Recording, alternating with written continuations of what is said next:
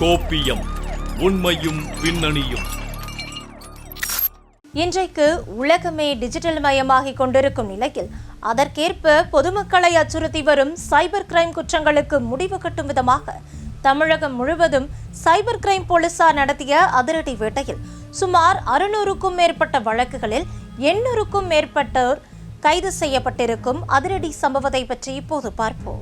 இன்றைக்கு உலகமே டிஜிட்டல் மயமாகிக் கொண்டிருக்கும் நிலையில் அதற்கேற்ப குற்றங்களும் மோசடிகளும் அதன் பரிணாமத்தை மாற்றிக்கொண்டே வருகிறது என்பதற்கு சைபர் குற்றங்களே சாட்சி. சமீப காலங்களாக சைபர் கிரைம் தாக்குதலுக்கு ஆளாகாத செல்போன் பயன்பாட்டாளர்களே கிடையாது என்று கூறும் அளவிற்கு சைபர் கிரைம் குற்றங்களால் பலரும் தங்களுடைய பணத்தை பறிகொடுத்து வந்தனர். இதற்கு போலீசாரும் எத்தனையோ நடவடிக்கைகள் எடுத்தாலும் கூட நாடு முழுவதும் வியாபித்து இருக்கும் இவர்களை கட்டுப்படுத்துவது மிகவும் சவாலான ஒன்றாக இருந்து வந்தது. இந்நிலையில்தான் இதற்கு முடிவு கட்டும் விதமாக எடுக்கப்பட்ட நடவடிக்கைகளில் ஒன்றாக தமிழ்நாடு காவல்துறையின் சைபர் கிரைம் பிரிவு சார்பில் ஆகஸ்ட் 6 மற்றும் 7 ஆகிய தேதிகளில் 48 மணி நேரம் தமிழகம் முழுவதும் சைபர் மோசடி, பணத்தை பெறுதல், பரிமாற்றம் செய்தல் மற்றும் பணமாக எடுத்தல் உள்ளிட்ட குற்ற செயல்களுக்கு பயன்படுத்தப்படும் வங்கிக் கணக்குகளான மியூல் வங்கிக் கணக்கு வைத்திருப்பவர்களுக்கு எதிரான சிறப்பு அதிரடி நடவடிக்கை மேற்கொள்ளப்பட்டது. அதில் தேசிய சைபர் குற்ற புகார் இணையதளம் மற்றும் மத்திய உள்துறை அமைச்சகத்தின் கீழ் செயல்படும் இந்திய சைபர் குற்ற ஒருங்கிணைப்பு மையத்தின் பிரதிபிம்ப் இணையதளத்தில் உள்ள தகவல்களின் அடிப்படையில் குற்றவாளிகள் அடையாளம் காணப்பட்டனர். மேலும் வங்கி பரிவர்த்தனைகள் மற்றும் பணப்பாதை தொடர்பான நிதி தரவுகள் ஆய்வு செய்யப்பட்டு சுமார் 9000த்திற்கும் அதிகமான புகார்கள் குறிவைக்கப்பட்டது.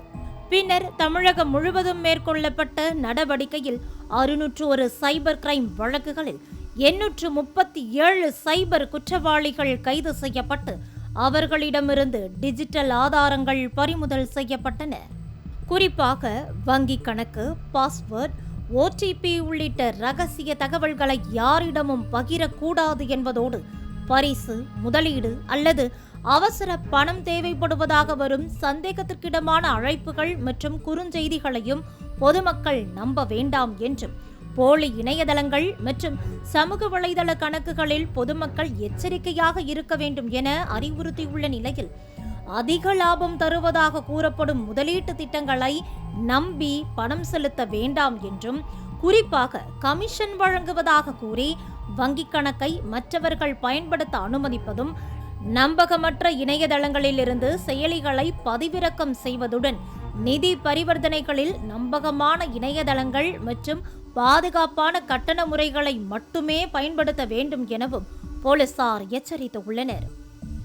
மேலும் டிஜிட்டல் அரெஸ்ட் எனப்படும் வீடியோ கால் மூலம் போலீஸ், நீதிமன்றம் அல்லது அரசு அதிகாரிகள் கைது நடவடிக்கை மேற்கொள்ளப் போவதாக வரும் தகவல்களையும் நம்ப வேண்டாம் என்று எச்சரிக்கும் போலீசார் டிஜிட்டல் அரெஸ்ட், ஆன்லைன் சூதாட்டம் மற்றும் பணம் சார்ந்த ஆன்லைன் கேமிங் செயலிகளில் பண பரிவர்த்தனைகள் சைபர் குற்ற வலையமைப்புடன் தொடர்புடையதாக இருக்கக்கூடும் என்பதால் பாதிக்கப்பட்டவர்கள் உடனடியாக 1930 என்ற கட்டணமில்லா உதவி எண்ணை தொடர்பு கொள்வதோடு cybercrime.gov.in என்ற இணையதளத்தில் புகார் பதிவு செய்வதால் இதுபோன்ற சைபர் கிரைம் மோசடிகளிலிருந்து தப்பிக்க முடியும் என்பதே போலீசாரின் அறிவுரையாக இருக்கும் நிலையில் தமிழகம் முழுவதும் சைபர் கிரைம் போலீசாரால் நடத்தப்பட்டிருக்கும் இந்த அதிரடி நடவடிக்கை பரபரப்பை ஏற்படுத்தியுள்ளது.